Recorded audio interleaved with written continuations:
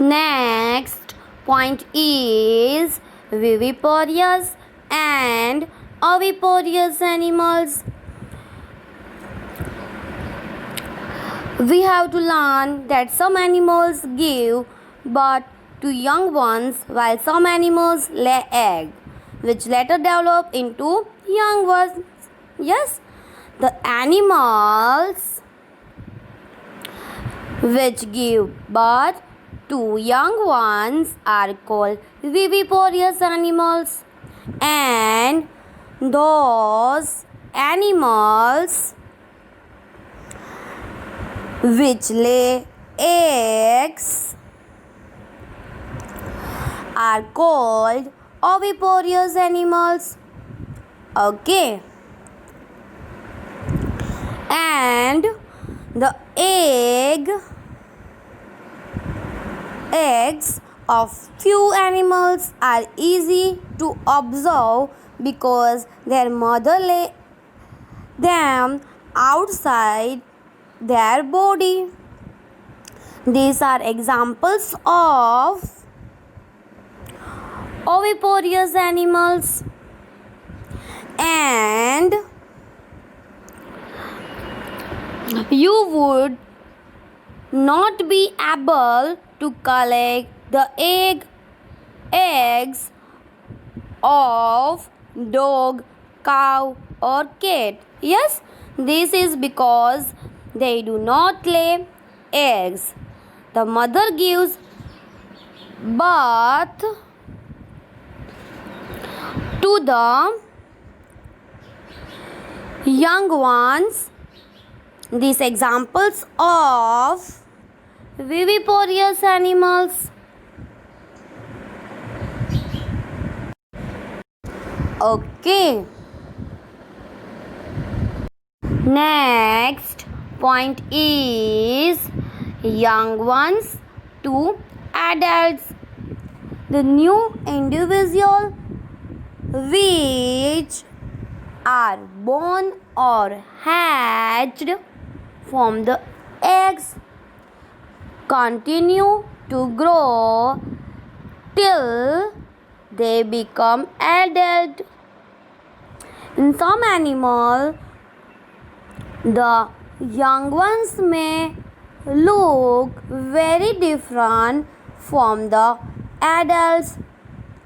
Now recall the life cycle of silkworm: egg, caterpillar, puma, and then adult. Yes, and you study in class 7. And now another examples of young one to adult is frog.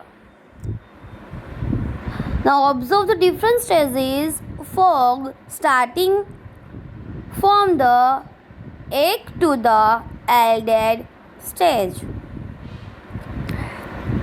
That is egg, then tadpole. Tadpole is also known as a larva, and then tadpole with legs, then young frog, and then adult frog. And similarly the caterpillar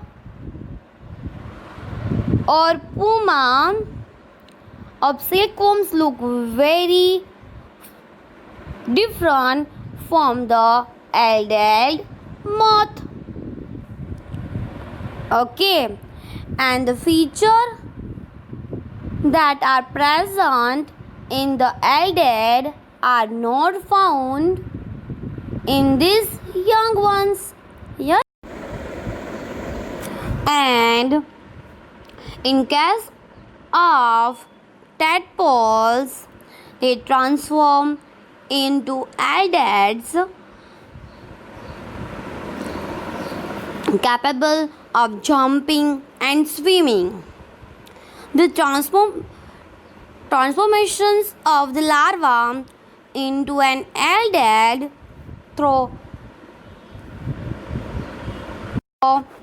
drastic changes is called metamorphosis. Okay, and in human beings, body parts similar to those present in the adults are present from the time of birth. Yes. Okay. Next point is asexual reproduction.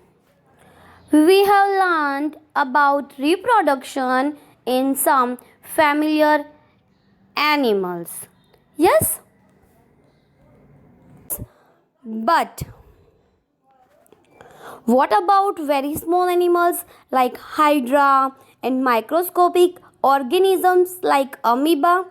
Yes. Now, in each hydra, there may be one or more bulls. These bulls are the developing new individuals, and they are called buds.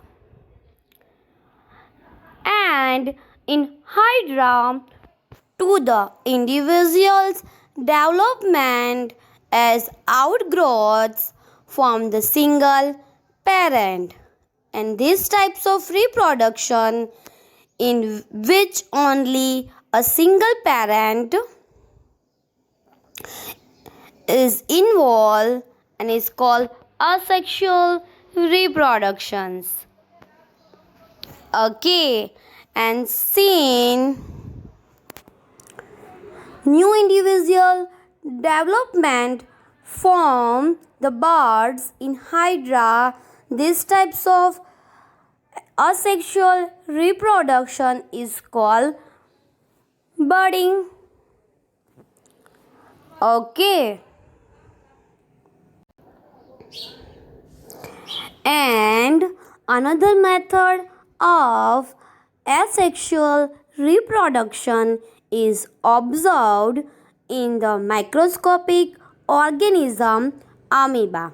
Yes, and you have already learned about the structures of amoeba.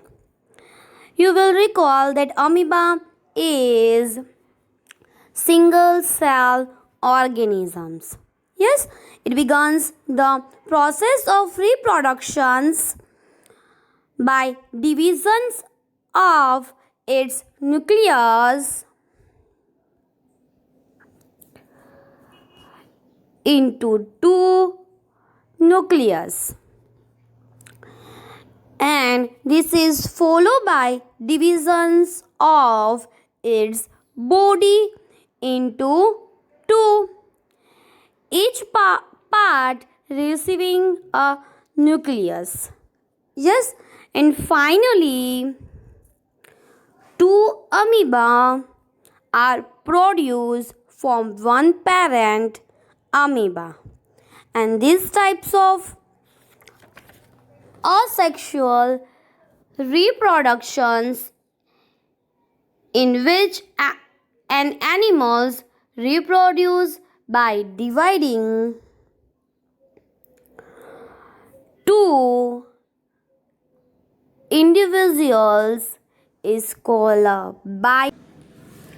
binary fissions. Apart from budding and binary fissions, there are another method by which a single parent reproduce young ones. We will study about this in your higher classes.